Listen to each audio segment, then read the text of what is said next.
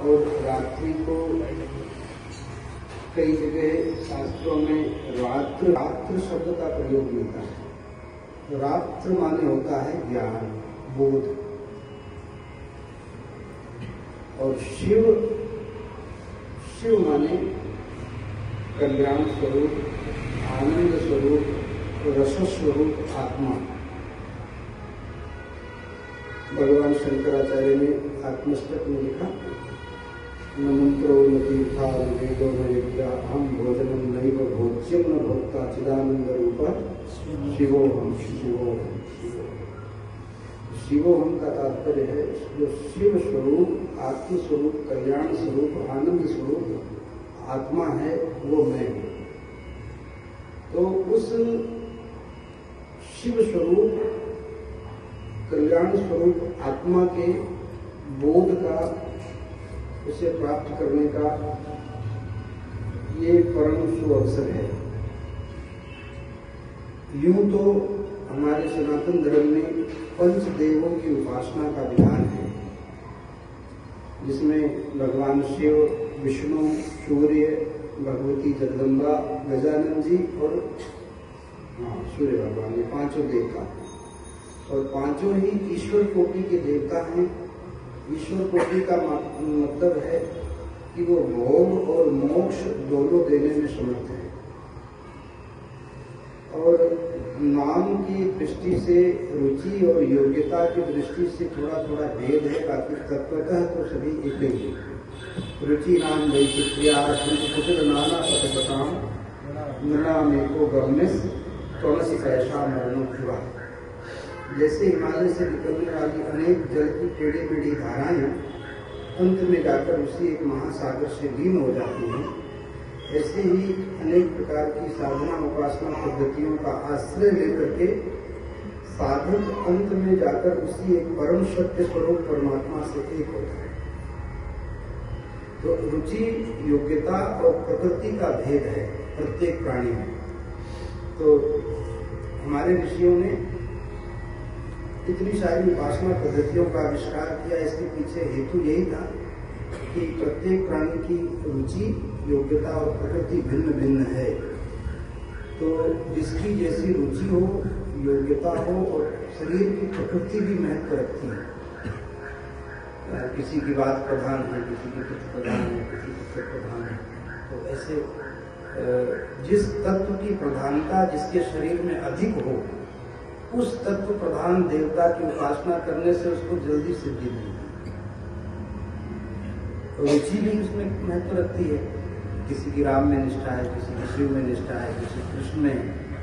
आजकल महाराज जी होता यह है कि जैसे कोई रामानंदी परंपरा का महात्मा है और कोई व्यक्ति गया कि मुझे दीक्षा लेनी है, तो उसको राम मंत्र ही प्रदान करते हैं। क्यों? वो परंपरा है, यद्यपि उसकी निष्ठा शिव में। और हमारे पास कोई आवे तो हम उसको शिव मंत्र दे देते हैं, जबकि उसकी निष्ठा कृष्ण में हो। यद्यपि मैं ऐसा नहीं करता, मैं उसकी रुचि और योग्यता का ध्यान रखता हूँ। किधर रुचि है, योग्यता है, प्रकृति क्या है, उसी में। जैसे किसी ने अभी तक राम राम किया, अब उसको कह दो कि शिव शिव करो, तो गड़बड़ हो जाएगा। वो पिछले वाला जो निष्ठा श्रद्धा बनी तो एकदम टाइम लगता है।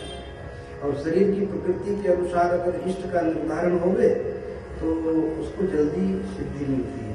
और प्रकृति के विपरीत अगर इष्ट या मंत्र दिया जाता है तो फलित तो होता है, पर कालांतर में समय लगता है। शरीर की प्रकृति को मंत्र परिवर्तित करे तब जाकर के उसको उसमें स्थिति होती है। तो भगवान शिव ऐसे देवता हैं जिनकी उपासना करने से पांचों ही देवताओं की पूजा हो जाती है। क्यों? कि भगवान शिव की पूजा तो की, तो शिव की तो वही गई। और गजानन जी उनके बालक ही हैं, तो उनसे पृथक नहीं। जगदम्बा उनकी अर्धांगिनी है, उनकी भी पूजा होगी, जगदम्बा की भी होगी। अब बचे विष्णु और सूर्य। तो शिव से हृदय विष्णु, भगवान शिव की आत्मा विष्णु, तो आत्मा होने से विष्णु की पूजा भी होगी। और सूर्य देवता तो दाहिना नेत्र सूर्य, बायां चंद्र और तीसरा नेत्र अग्नि है। तो सूर्य देवता की भी उपासना होगी। तो शिव की उपासना करने से पांचों देवताओं की उपासना हो जाती है, ऐसा मेरा विश्वास है। और शिव भारतीय जनमानस के लोक नायक हैं। जितने शिवालय देश में हैं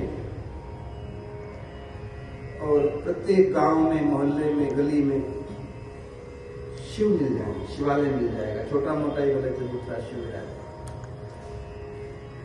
शिव जनमानस के लोक नायक है। और क्यों न हूं, वो भोले हैं और भले हैं। भोले भी हैं और भले हैं। उनकी शरण में कोई जावे, हाथ भले खाली हो पर हृदय अगर भावों से भरा हुआ है और कदाचित नेत्र गीले हों तो कहना ही पड़ेगा। कोई भी भाव से भरा हुआ और सजल नेत्र से भगवान शिव की शरण में गया तो वो कभी निराश नहीं होता। उदारता इतनी है कि देवता भी इनसे अपना मनोवांछित फल प्राप्त करते हैं और असुरों को भी वो दुत्कारते नहीं।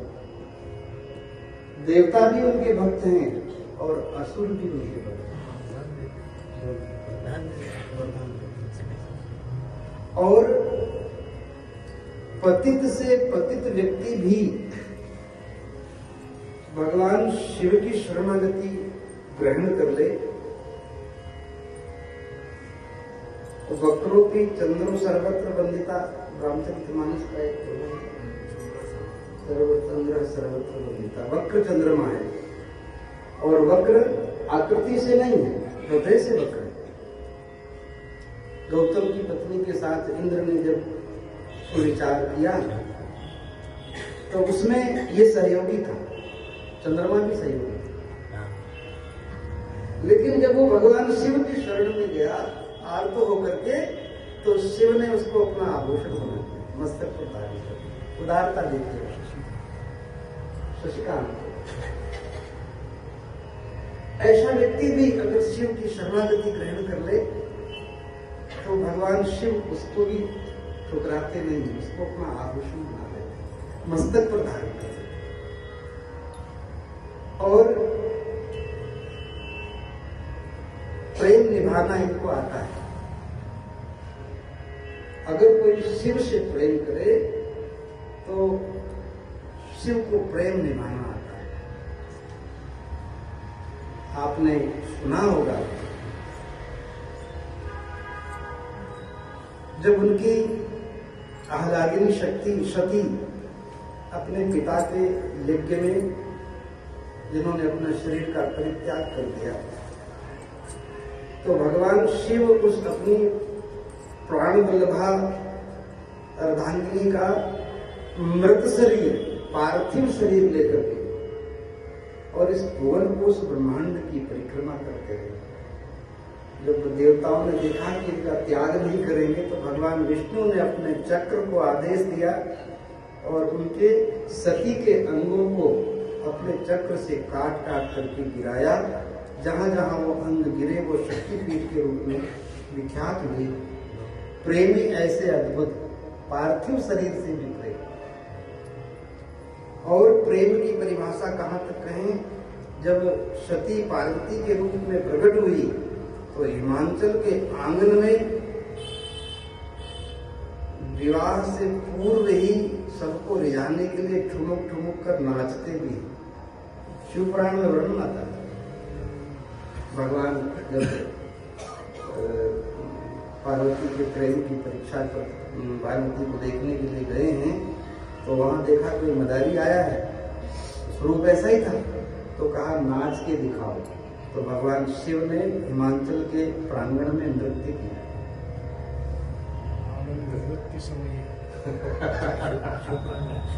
शिवपुराण में भी कथा में भी आता है।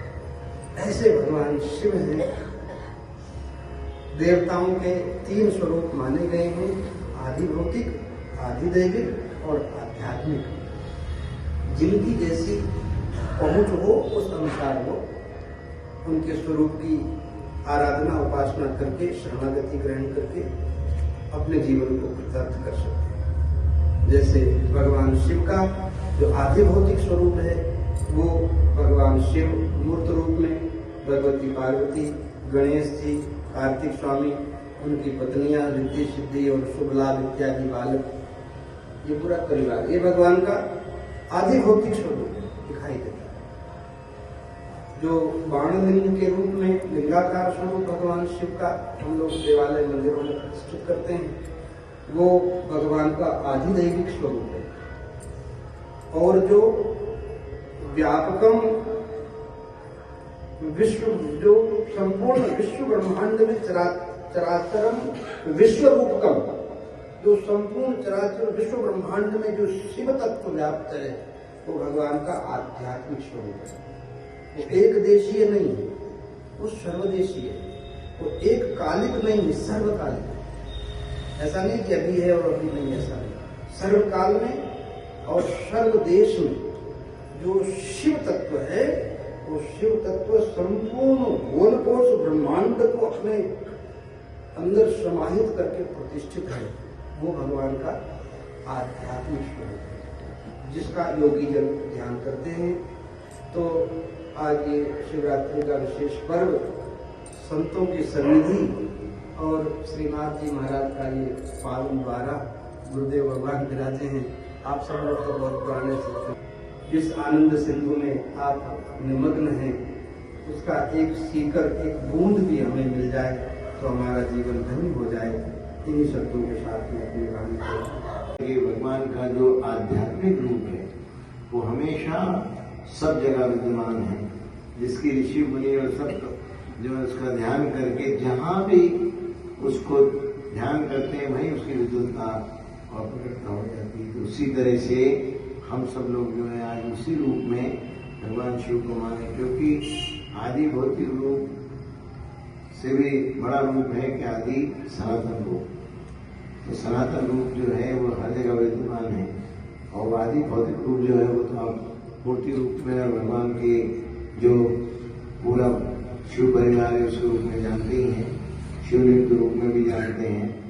लेकिन आदि आध्यात्मिक रूप के लिए आप जो है आदि गुरु महाराज की दया से अपना भगवान दादा महाराज दया करेंगे आपके मन में इसी में विश्वास हो। और आज शिवरात्रि रूप में जो ज्ञानानंद जी महाराज ने अपना ज्ञान प्रकट करके अपने को आध्यात्मिक रूप का जो स्वरूप बताया है वो स्वरूप आपके मन के हृदय में बैठे, और उसी की आप ध्यान करके और उसी के लीन में, उसी आनंद में, उसी परमानंद में विलीन हो। यही हमारे दादाजी महाराज से, बुजुर्ग भाई और हमारे सभी संतों से निवेदन है। भगवान की गुरु महाराज की दया से भगवान भोलेनाथ का स्वरूप जो है आध्यात्मिक रूप आपके मन में बसे। इसी के साथ भगवान गुरु महाराज जो है कृपा करते हैं।